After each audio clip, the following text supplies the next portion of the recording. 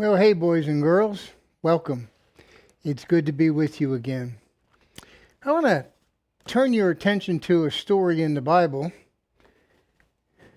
and I have something with me today.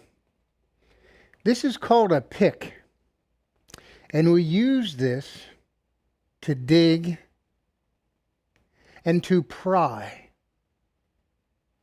Now, when I was about 14 years old, there was this rock that we had, a big rock. When the house was built, they just left it next to the driveway. And it was a pretty rock, but it was so close to the driveway that some people, when they came to visit, if they turned it too sharp, would scratch their car, dent their car. And so Dad said that we need to move the rock. So my brother and I decided we were going to surprise him and do it. And so my brother and I was 14, he would have been 12, got our picks, we got a digging iron, we got the tractor, we got a rope, and we did everything that we could do to move that rock. But it wouldn't budge. It wouldn't move. Everything we tried, we just couldn't move that rock. And finally, my dad ended up coming out and he said, "Boys, what are you doing?" And we said, "Dad, we wanted to surprise you and move this rock, but we've tried everything that we know and we just can't do it." And my dad said, "Have you really tried everything?" I said, "Yes, Dad, we tried everything."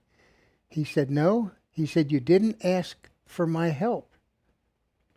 And with that, my dad got on the digging iron, we got on the pick, and one turn and over went the rock. We just couldn't do it ourselves. We had to ask for help. Well, you know, there's a story in the Bible about that. Turn with me to Matthew 14. Matthew 14, verses 25 to 31. Now, Jesus sent his disciples out on a boat, and they were out in the middle of the lake, and a storm came up. And we picked the story up from there. About 3 o'clock in the morning, Jesus came toward them walking on the water. When the disciples saw him walking on the water, they were terrified. In their fear, they cried out, "It's a ghost!" But Jesus spoke to them at once. "Don't be afraid," he said. "Take courage, I am here." Then Peter called to him, "Lord, if it's really you, tell me to come to you and walk on the water." And Jesus said, "Yes, come." So Peter went over the side of the boat and walked on the water toward Jesus. But then he saw the strong winds and the waves. He was terrified and he began to sink. "Save me, Lord," he shouted. And Jesus immediately reached out and grabbed him. "You have so little faith," Jesus said. "Why did you doubt?" Boys and girls, sometimes we need help. Sometimes we just can't do things on our own. But we need to keep our eyes on Jesus. I needed help. I needed to ask my dad for help. But I didn't. And until I did, I couldn't move that rock. Peter was walking on the water. Jesus told him to come. And so Peter was looking at Jesus and he started to walk on the water. Can you imagine walking on top of water? But then the Bible tells us that he all of a sudden realized the storm and the winds and the waves that were around him, and he took his eyes off of Jesus, onto the storm, onto his circumstances, and he began to sink. Boys and girls, we need to keep our focus on the Lord. No matter what's happening around us, we need to take our eyes off of the circumstances, off of the things happening around us, and focus on Jesus. And he will guide us through everything that we face. We are never alone. He is always there. Keep your eye on him. God bless you. Now let's go to Studio A and let's have a time of worship together.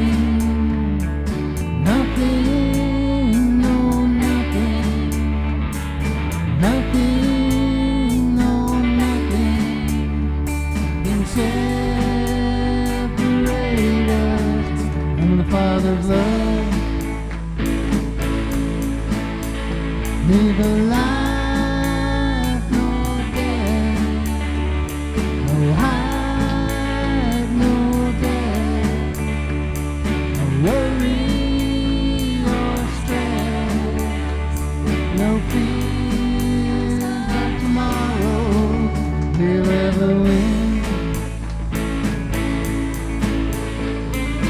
Nothing, no nothing, nothing, no nothing, nothing, no nothing can separate us from the Father's love.